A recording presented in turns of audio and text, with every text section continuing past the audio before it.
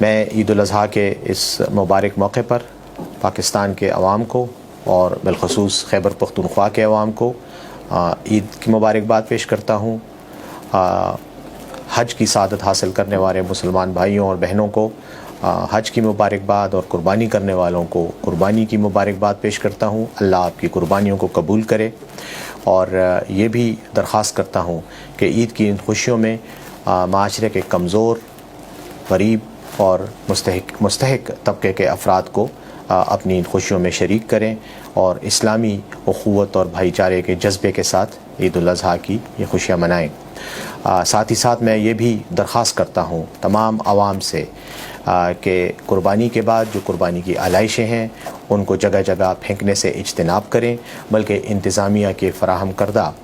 جو ڈسپوزل کی جگہیں ہیں وہاں پر لے کر جائیں، تاکہ ایک تو ماحول خراب نہ ہو، گندگی نہ پھیلے اور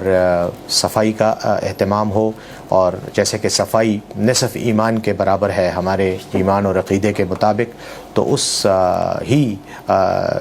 جذبے کے ساتھ جو ہے صفائی کا خیال رکھنا چاہیے، اور امید ہے کہ آپ رکھیں گے۔ ساتھ ہی ساتھ ایک گزارش، درخواست یہ بھی ہے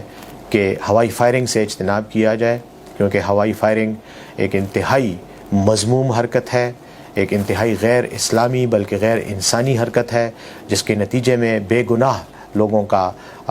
کی جان جانے کا بھی خدشہ ہے، اور ساتھ ہی ساتھ لوگ زخمی ہوتے ہیں، اور خوشی والے گھر جو ہیں وہ ماتم قدوں میں تبدیل ہو جاتے ہیں۔ اس بار حکومت نے سختی سے پولیس کو اور دیگر قانون نافذ کرنے والے اداروں کو بھی متنبہ کیا ہے کہ ہوائی فائرنگ کرنے والوں کے خلاف سخت ترین کارروائی کی جائے، بلکہ میں عوام سے یہ اپیل کروں گا کہ جہاں بھی وہ کسی کو ہوائی فائرنگ کرتا ہوا دیکھیں وہ اس کی رپورٹ پولیس کو کریں، تاکہ فوری طور پر کارروائی ہو اور معاشرہ اس مذموم حرکت، اس گھناؤنی حرکت کے نقصانات سے محفوظ رہ سکے۔ بہت بہت شکریہ،